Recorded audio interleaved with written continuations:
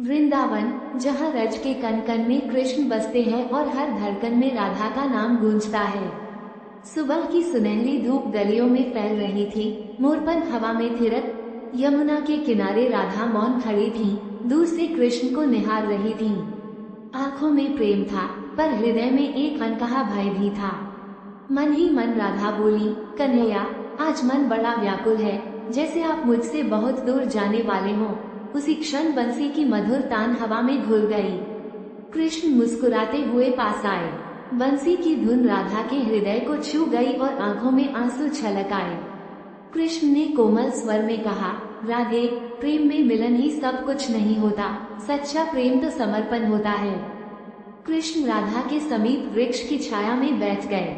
सहसा हवा तेज चलने लगी, पत्ते झरने लगे, मानो प्रकृति भी उस क्षण की साक्षी बन गई हो। कृष्ण ने धीमे स्वर में कहा, राधे, मुझे मथुरा जाना है, मेरा कर्तव्य मुझे पुकार रहा है।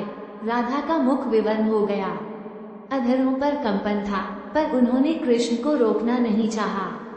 आंखें झुकाकर बस इतना कहा, यदि जाना ही है तो मेरा प्रेम अपने साथ ले जाइए। कृष्ण उठ खड़े हुए और बोले, राधे, यदि तुम्हारा प्रेम सच्चा है तो मेरे बिना भी तुम मुझे हर जगह अनुभव करोगी। कृष्ण वृंदावन की पगडंडी पर आगे बढ़ने लगे। राधा कुछ कदम पीछे चली, हाथ आगे बढ़ा, पर उसी क्षण रुक गई, क्योंकि सच्चा प्रेम बांधता नहीं, मुक्त करता है। राधा भूमि पर बैठ गईं। अश्रुधारा निशब्द बहने लगी। उन्होंने नेत्र मूंदकर करुण स्वर में कहा, हे कृष्ण, आप पास न भी हो तो क्या, मेरा हर श्वास आपका नाम लेगा। आकाश में बादल घेराए, वायु में बंसी की क्षीण सी ध्वनि जैसे गूंज उठी, मानो कृष्ण का आशीर्वाद लौटकर राधा के हृदय तक आ पहुंचा हो। उधर मथुरा की ओर जाते मार्ग पर कृष्ण एकाएक ठिठक गए, नेत्र सजल हो उठे। अंतःकरण में राधा का प्रेम स्पंदित होने लगा।